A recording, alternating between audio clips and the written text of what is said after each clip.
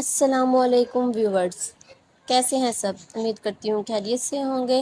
اور سب سے پہلے میرے نئے آنے والے ریڈر سے گزارش ہے کہ میرے چینل کو لازمی سبسکرائب کر دیں۔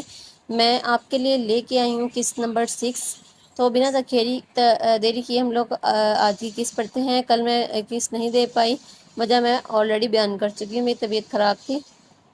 تو آئیے ہم لوگ قسط نمبر 6 جو ہے انجوائے کرتے ہیں۔ نکاح کا فریضہ خیر و عافیت سے سر انجام پایا تھا۔ مشال کے ہاتھ نکاح نامے پر سائن کرتے ہوئے کانپے تھے۔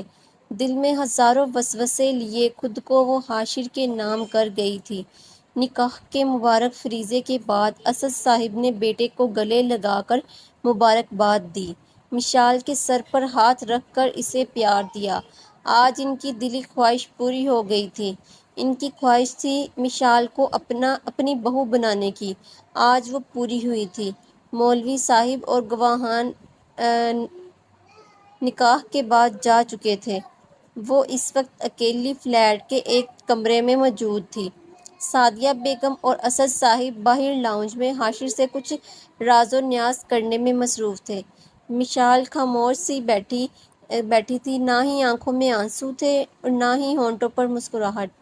وہ سپاٹ چہرے کے ساتھ بیٹھی اب ماں کے اگلے اقدام کا انتظار کر رہی تھی۔ ایسے بیٹھے جانے کتنا ہی وقت بیت چکا تھا، ذہن مختلف سوچوں کا مرکز بنا ہوا تھا۔ مشال بیٹا چلو، واپس گھر لوٹنا ہے، چادر اوڑھ لو۔ سعدیہ بیگم اندر آتی اسے متوجہ کرنے کی خاطر بولی۔ مشال گہری سانس بھرتی اٹھ کھڑی ہوئی۔ اب کیا ان کا اگلا اقدام گھر والوں کے سامنے نکاح کا اظہار تھا؟ مشال نے گھر میں ہونے والے متوقع ہنگامے کے لیے خود کو تیار کر لیا تھا۔ وہ چادر اوڑھ کر ان کے پیچھے چل پڑی۔ اس نے نامحسوس انداز میں ایک نظر لاؤنج میں ڈالی تھی، مگر لاؤنج میں اسد صاحب کے علاوہ کوئی نہیں تھا۔ سعدیہ بیگم اسے لیتی خاموشی سے باہر نکل آئی۔ اسے حیرانی ہو رہی تھی کہ وہ حاشر کے ساتھ کیوں نہیں جا رہے۔ نکاح ہو چکا تھا، اسے لگا تھا اب وہ ان کے ساتھ وہاں جا کر سب کو نکاح سے آگاہ کرے گا۔ وہ بولی کچھ نہیں تھی، بلکہ وہ خاموشی سے سعدیہ بیگم کے بولنے کا انتظار کرتی رہی۔ یہ انتظار ہی رہا۔ گاڑی حویلی کے سامنے آ کر رک چکی تھی۔ وہ خاموشی سے اترتی اندر کی جانب بڑھ گئی۔ کہاں سے آ رہی ہو دونوں؟ بڑی ممانی لاؤنج میں ہی موجود تھی، انہیں اندر آتا دیکھ کر پوچھ بیٹھی۔ شاپنگ پر گئے تھے، مشال کے لیے کچھ شاپنگ کرنی تھی۔ سعدیہ بیگم ہاتھ میں پکڑے بیگ ان کے سامنے لہراتی ہوئی بولی۔ شاید وہ پہلے ہی ان سب کا انتظام کر چکی تھی۔ فرزانہ بیگم ہنکار بھر کر رہ گئیں۔ اسمارا آج کافی دنوں بعد اس کے فلیٹ میں موجود تھی۔ ماہا کو پہلے جیسا خوش دیکھ کر وہ حیران تو ہوئی تھی، اس کے حساب سے وہ ماہا کو جس قدر بھڑکا کر گئی تھی، دونوں کے درمیان کچھ نہ کچھ کشیدگی تو چل رہی ہوتی، مگر ماہا کے چہرے پر پہلے جیسا اطمینان تھا۔ کیسی ہو ماہا؟ وہ مصنوعی مسکراہٹ چہرے پر سجا کر بولی۔ میں بالکل ٹھیک، آپ بتائیے، آپ کیسی ہیں؟ اتنے دنوں سے نظر نہیں آئی۔ ماہا بھرپور مسکراہٹ چہرے پر سجا کر بولی۔ میں تو بالکل ٹھیک ہوں، تم تو جانتی ہو میں اپنے کام کی وجہ سے خاصی مصروف ہوتی ہوں، وہ جتانے والے انداز میں بولی۔ اس کے لہجے میں غرور تھا۔ ماہا نے سمجھتے ہوئے اسوات میں سر ہلایا۔ میں تو اکیلی ہوں، پھر بھی مصروف ہوتی ہوں۔ تم اپنی بتاؤ، اتنی ساری ذمہ داریوں کو ساتھ لے کر چلنا مشکل نہیں ہو جاتا؟ ماہا کے چہرے کا سکون اس سے ہضم نہیں ہو رہا تھا، اس کا بس نہیں چل رہا تھا کسی طرح اس کے چہرے کی مسکراہٹ چھین لے۔ جب قدم سے قدم ملا کر چلنے والا ہمسفر ہو، پھر ایسی مشکل بے معنی سی ہو جاتی ہیں۔ وہ اور صارم تو میری سوچ سے بڑھ کر اچھے ثابت ہوئے ہیں۔ وہ بھرپور مسکراہٹ کے ساتھ اسے جتانے والے انداز میں بولی کہ اگر تمہارے پاس مال و دولت اور رتبہ ہے تو میرے پاس بھی ہر قدم پر ڈھال بننے والا اور حفاظت کرنے والا شوہر ہے۔ یہ باتیں صرف کہنے کی ہیں، میں نے اس دن بھی تمہیں سمجھایا تھا، مگر تم نے میری باتوں کو سیریس نہیں لیا۔ ابھی تمہارے آگے پوری زندگی پڑی ہے، خود پر دھیان دو، باقی سارا کچھ تو زندگی کے ساتھ ساتھ چلتا ہی رہتا ہے۔ اپنی پڑھائی پر دھیان دو، اپنے مستقبل پر فوکس کرو۔ مگر تم نے میری باتوں کو سیریس نہیں لیا۔ مجھے تو لگتا ہے تمہارے شوہر کو تم سے ذرا بھی محبت نہیں، نہ ہی تمہاری کوئی فکر ہے۔ وہ اپنے دل کی بھڑاس نکال کر بولی، پلیز اسمارا، آپ نے جو بھی کہا میں نے خاموشی سے سنا، مگر سالم کے خلاف ایسی باتیں ہرگز نہ کریں۔ وہ ویسے بالکل بھی نہیں ہے جیسا آپ کہہ رہی ہیں۔ وہ مجھ سے محبت بھی کرتے ہیں، میری فکر بھی، اور انہیں مجھ سے دلچسپی بھی ہے۔ آپ کو فکر کرنے کی ضرورت نہیں۔ وہ دو ٹوک انداز میں اس کی بات کاٹ کر بولی، میں تو تمہارا بھلا ہی چاہ رہی تھی، یہ 4 دن کی چاندنی جلد ہی ختم ہو جائے گی۔ وہ غصے بھرے انداز میں بولی، بہت شکریہ آپ کا، آپ نے میرے بارے میں سوچا، مگر اگر میں اب بھی اس بات کا احساس نہیں کروں گی کہ سارم میری زندگی میں کسی نعمت سے کم نہیں، تو یہ ناانصافی ہوگی۔ آپ شاید سوچ بھی نہیں سکتی، مگر میں خود کو بہت خوش نصیب تصور کرتی ہوں۔ قسمت والے ہوتے ہیں وہ لوگ جنہیں ایسا ہمسفر ملتا ہے۔ وہ دھیمی سی مسکراہٹ کے ساتھ بول رہی تھی۔ اسمارا کو وہ اس وقت زہر سے بھی زیادہ بری لگی۔ بہت اچھی بات ہے، خوش رہو، وہ مصنوعی مسکراہٹ کے ساتھ بولی۔ بہت شکریہ، ماہا جواباً بولی، میں چلتی ہوں، مجھے کام ہے۔ وہ تنفن کرتی ہوئی باہر کی جانب بڑھ گئی۔ ماہا کے چہرے پر چھائی دھیمی سی مسکراہٹ اس کے جانے کے بعد سمٹ کر رہ گئی۔ اسے جانے کیوں محسوس ہوا جیسے وہ اسے سالم کے خلاف بھڑکانے کی پوری کوشش کر رہی تھی۔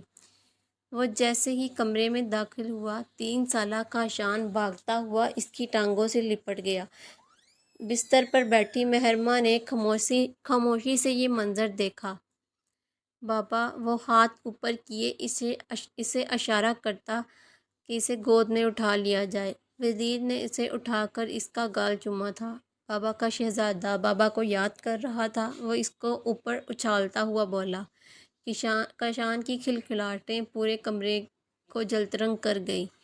لگتا ہے ماما ناراض ہیں، وہ کاشان کے کان میں سرگوشی کرتا ہوا بولا، مگر اس کی آواز اتنی اونچی ضرور تھی کہ مہرماں کے کان تک پہنچ چکی تھی۔ مہرماں منہ موڑے بیٹھی تھی، آنکھوں میں آئی نمی۔ وہ بار بار پلکیں جھپکا کر پیچھے دھکیلنے کی کوشش کر رہی تھی۔ وہ مہرماں کو گمسم سا محسوس کر کے پریشانی سے آگے بڑھا تھا۔ میری جان، آپ کھیلو، میں ذرا آپ کی ماما کو منا لوں۔ وہ اس کا گال چومتا اسے نیچے اتار گیا۔ وہ اپنے کھیلے میں مگن ہو گیا۔ ولید قدم بقدم چلتا اس کے نزدیک آ گیا۔ مہرو، کیا ہوا یار؟ وہ اس کے نزدیک بستر پر بیٹھتا اس کا ہاتھ تھامتا ہوا بولا، جیسے آپ جانتے ہی نہیں۔ وہ اپنا ہاتھ اس کے ہاتھ سے کھینچ گئی۔ مہرو، کیا بچپنا ہے کہ اب ہر چھوٹی چھوٹی بات پر تمہارے پیچھے خوار ہوتا پھروں؟ وہ ماتھے پر بل ڈالتا ذرا سختی سے بولا۔ وہ اس کے ہاتھ کھینچنے پر سخت برہم ہوا۔ میں نے آپ کو نہیں کہا میرے پیچھے خوار ہوں۔ آپ کو کیا ضرورت ہے میرے پیچھے خوار ہونے کی؟ میری کیا اوقات ہے بھلا آپ کی زندگی میں؟ وہ شکوہ کناں نظریں اس پر ڈالتی ہوئی بولی۔ ولید گہری سانس بھر کر رہ گیا۔ مہرو یار، میرا وہ مطلب نہیں تھا۔ وہ سمجھ نہ سکا کیسے اسے سمجھائے۔ آپ کو وضاحت دینے کی ضرورت نہیں، میرے ساتھ تو آپ ہمیشہ غصے میں ہی رہتے ہیں۔ وہ اس کی طرف منہ موڑے بیٹھی رہی۔ ایسی بات نہیں ہے یار، اچھا ادھر میری طرف تو دیکھو، میری کوئی بات بری لگی ہے تو اس کے لیے معذرت، میں تم پر غصہ نہیں کرنا چاہتا تھا۔ اب مسکرا کر دکھا دو۔ وہ اس کا رخ اپنی طرف موڑتا ہوا بولا، ولید، کیا آپ واقعی مجھ سے محبت کرتے ہیں؟ وہ سوالیہ نگاہیں اس پر ٹکا کر بولی، ہاں، بہت محبت کرتا ہوں۔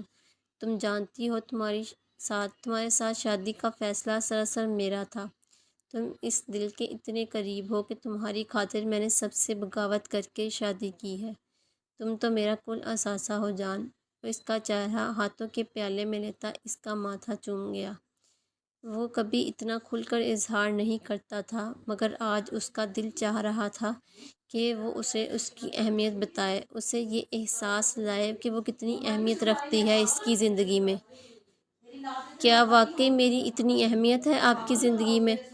وہ حیرانگی سے اسے دیکھ کر بولی، بہت، تمہاری سوچ سے بھی زیادہ۔ میں زیادہ اظہار نہیں کرتا، مگر اس کا مطلب یہ ہرگز نہیں ہے کہ تم میرے لیے خاص نہیں ہو، بہت خاص ہو تم۔ تمہاری ناراضگی سے ڈر لگتا ہے۔ وہ اس کا ہاتھ تھام کر اپنے سینے پر رکھ گیا۔ مہرماں کی پلکیں لرز کر جھکتی چلی گئی۔ اگر میری اتنی ہی اہمیت ہے آپ کی زندگی میں تو میری خاطر یہ سب کچھ چھوڑ کیوں نہیں دیتے؟ آپ کے دوست آپ کو ہمیشہ غلط راہ دکھاتے ہیں، انہیں کیوں چھوڑ نہیں دیتے؟ ناحق غریبوں پر حکم جمانا اور بے جا دشمنیاں نبھانا، رات رات گئے ڈیرے پر رکنا، کیا ملتا ہے آپ کو ان سب سے؟ آپ کے غصے سے خائف رہتی ہوں، مجھے ڈر لگتا ہے آپ کے غصے سے۔ میرے اور کہشان کے بارے میں کب سوچیں گے آپ؟ وہ نم پلکیں اٹھا کر اسے سوال کر رہی تھی۔ تم بیوی ہو میری، تمہارا بہت مقام ہے میری زندگی میں۔ اس کا ہرگز مطلب نہیں ہے کہ میں تمہارے حکم کا پابند ہوں، تم جو کہو گی وہ مانوں گا، ایسا ہرگز نہیں ہو سکتا۔ تم محبت ضرور ہو میری، مگر ابھی میں اتنا پاگل نہیں ہوا کہ تمہاری باتوں کے تابع چلوں۔ وہ اور میں بنا وجہ کوئی دشمنیاں نہیں پال رہا۔ وہ لوگ اس قابل ہیں کہ ولی دستگیر ان سے نفرت کرے۔ وہ اس کا گال تھپتھپاتا ہوا اس کے نزدیک سے اٹھتا الماری کی طرف بڑھ گیا۔ مہرماں نے دھندلائی آنکھوں سے اس کی پشت کو دیکھا۔ اس گھر میں اسے اگر کوئی اپنا خیر خواہ محسوس ہوتا تھا وہ صرف مشال تھی۔ دونوں کی زندگیاں ایک جیسی تھی، خوشیوں سے خالی۔ وہ تنفن کرتی ان کے کمرے کا دروازہ کھولتی اندر آئی۔ ماما، یہ کیا مذاق ہے؟ کہاں ہے آپ کا چہیتا؟ وہ اب بس رو دینے کو تھی۔ کیا ہوا ہے مشال؟ کچھ بتاؤ گی تو پتہ لگے گا۔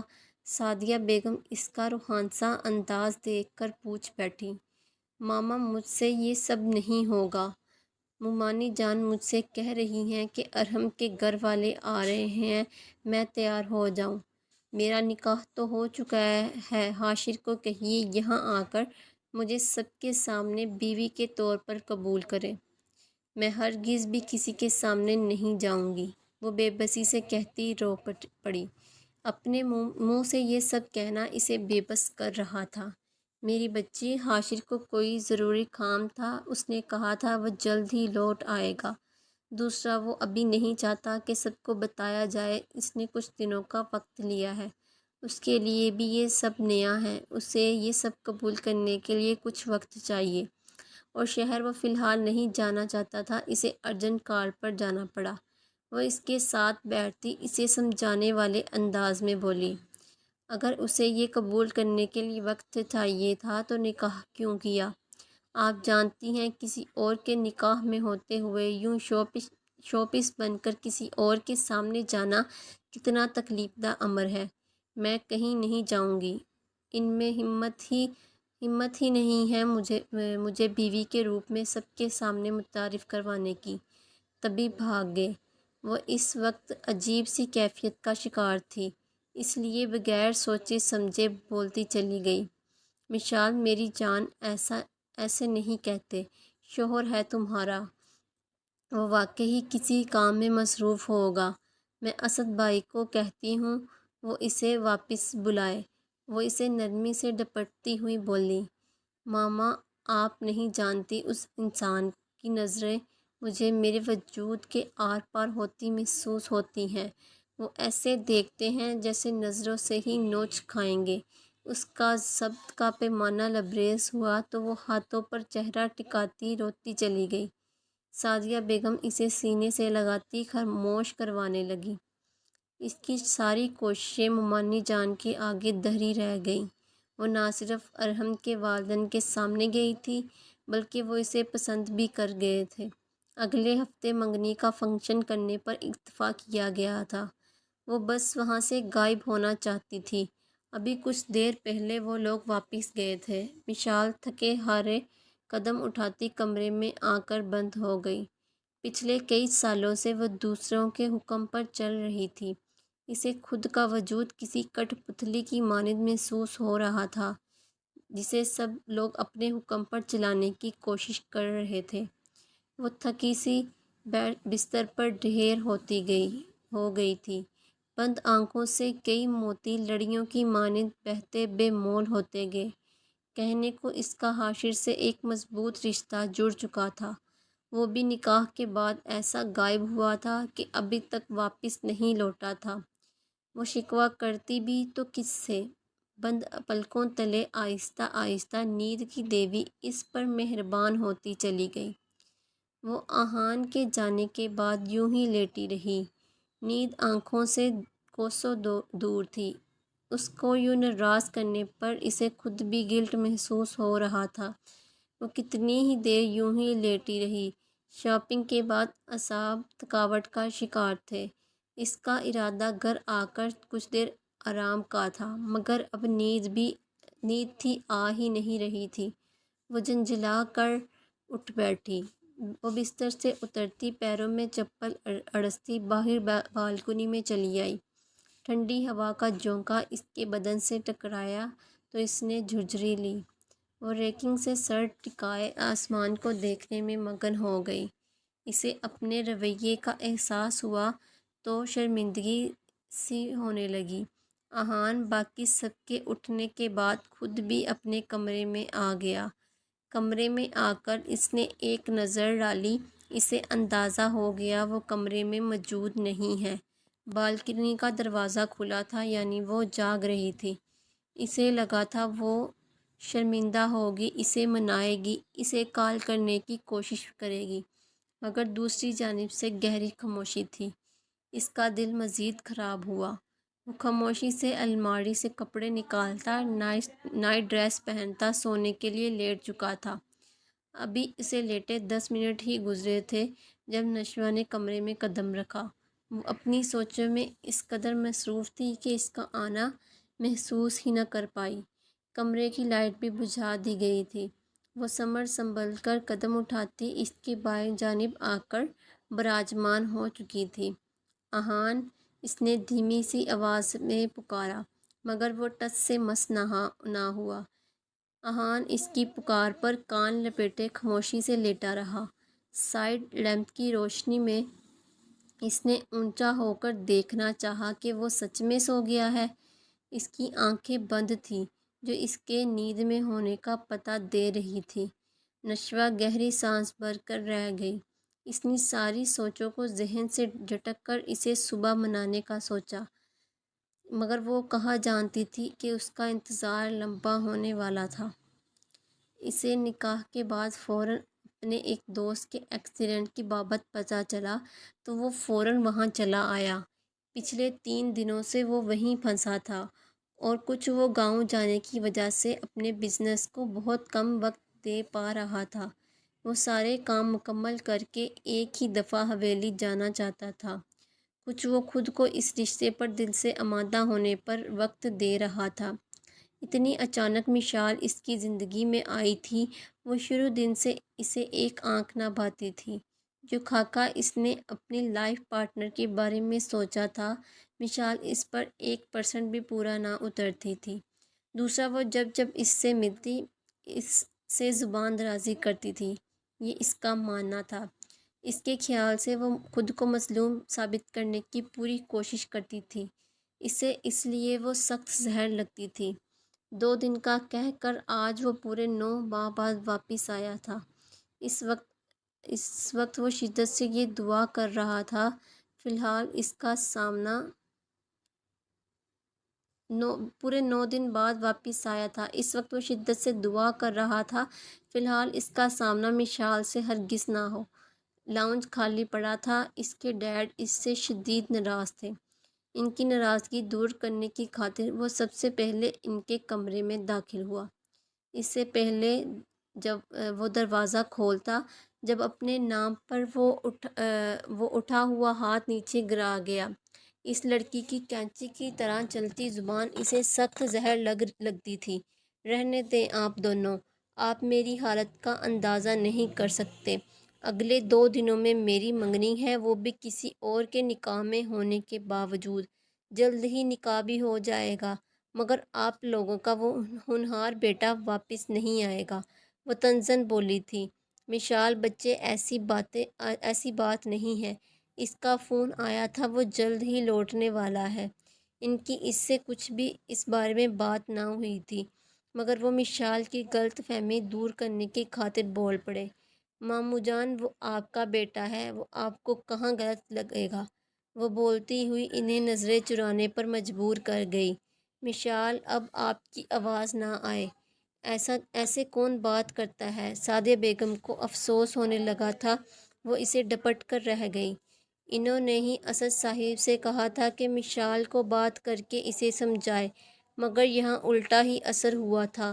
وہ ان دونوں کو دیکھتی کمرے کی دہلیز عبور کرتی باہر آ گئی۔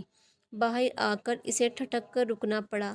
باہر دروازے پر ہی وہ جن پوری شان سے ایستادہ تھا۔ اس کی شکل دیکھ کر یہ اندازہ ہو سکتا تھا کہ اس کی گوہر افشانیاں سن چکا تھا۔ مشال نے حلق ترک کرتے ڈرتے ڈرتے اس کے چہرے کی طرف دیکھا، جو سخت سنجیدہ تاثرات سے اسے گور رہا تھا۔ اس نے وہاں سے رفو چکر ہونا ہی بہتر سمجھا۔ وہ بغیر 1 منٹ ضائع کیے وہاں سے غائب ہوئی۔ حاشی نے سر جھٹکتے اس کی پشت کو دیکھا، پھر گہری سانس بھرتے کمرے میں داخل ہوئی۔ جی تو اللہ حافظ، اگلی قسط انشاءاللہ جلدی آئے گی۔ پیچھے سے بہت زیادہ شور آ رہا ہے، اس کے لیے معذرت۔ پھر ملتے ہیں۔